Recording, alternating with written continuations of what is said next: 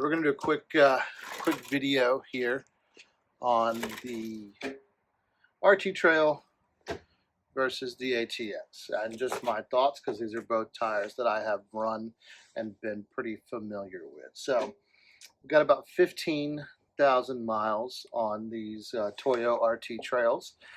You can take a look kind of at the tread wear on here. They've been okay. Still got a pretty decent amount of tread left. I would say there's at least 20,000 more miles left on these tires, which if you kind of total that up, we're right there at about that 35,000, 40,000 mile wear mark, which is what these are warranted at. It's kind of low, if you ask me, for a $400+ tire. This is a 35 1250 R17 Toyo Open Country RT Trail.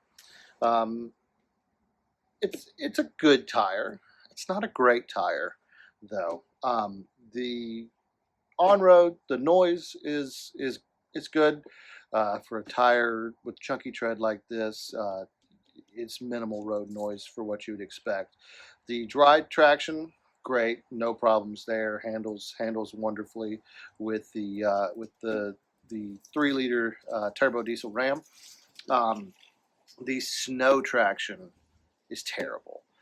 These tires have left me stuck in the snow multiple times in areas on simple pavement. The snow traction is not great. They just do not have enough siping to provide decent snow traction, and also the tread compound gets very hard when the temperatures get below about 20 degrees, which here in the Midwest, common that snow comes with temperatures below 20 degrees. So snow traction, just not great at all on these. The look, however, these tires look awesome. They've got a nice tread pattern that's very aesthetic, looks really good on a big lifted truck or Jeep with the big chunky sidewall here. Toyo does a really good job in the looks department, I think. And these tires certainly are a test of that. And why I think they sell so well is because they look so good. But performance, I'm just not sure that an RT is the answer. If you need the off-road performance, I think that a mud terrain is going to serve you just as good, because your on-road performance, where it matters, is going to be very similar to this RT. Is going to be very similar to the MT in those wet traction and snow traction instances, which is really where the tire on-road difference is. Dry traction is going to be the same kind of no matter what as far as that. But in comparison to kind of a true all-terrain tire, which this is the General Grabber ATX. These are a brand new set. Thank you, Discount Tire, for hooking us up with these. What you'll notice is the kind of, you put these two tires up side by side, and you'll notice that the ATX actually has bigger gaps in between the tread blocks. The center section, not as much. Just if you look at this kind of center line here, you've got a very similar amount of tread gap in there, which is what helps keep both these tires quiet on the road. But as you move out to this outer section, which is going to give you the traction off-road in the mud and in deep snow, and where you need these tread void blocks, you'll see that the Grabber actually has more space, measurably amount more space.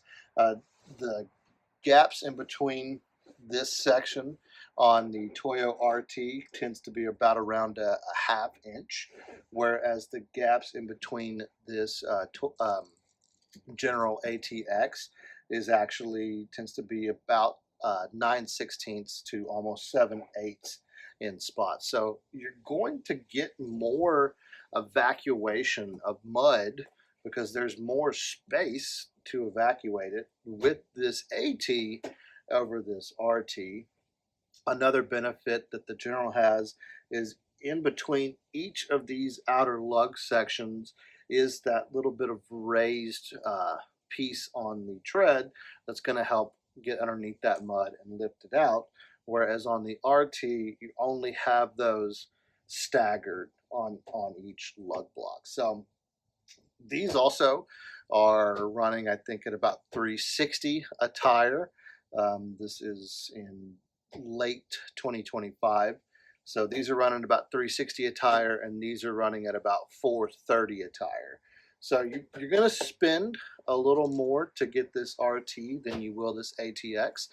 Both of these tires are 35, 12, 50, 17, so you get the same size. They measure roughly the same according to the specs online. The ATX is going to be a little bit lighter. That is due to the fact that it's got a 2-ply sidewall versus a 3-ply sidewall on the Toyo. However, General lists this as a very thick 2-ply sidewall as opposed to the 3-ply.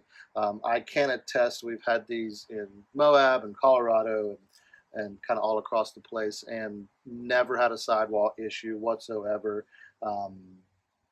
They've held up down even at low pressures.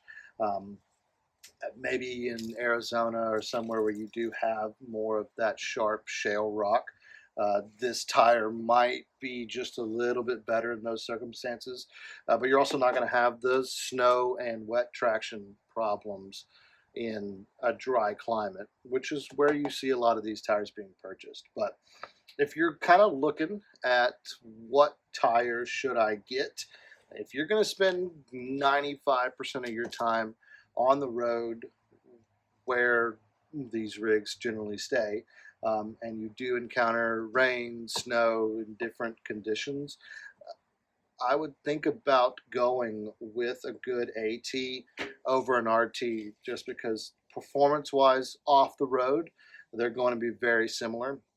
But on road, this is going to win every time. And so think about what you're going to be using it for, right? Do you want the looks? Do you not care as much about snow and wet performance? Then go with this one. If you really want that comfortable driving on the road in bad conditions, this is the tire.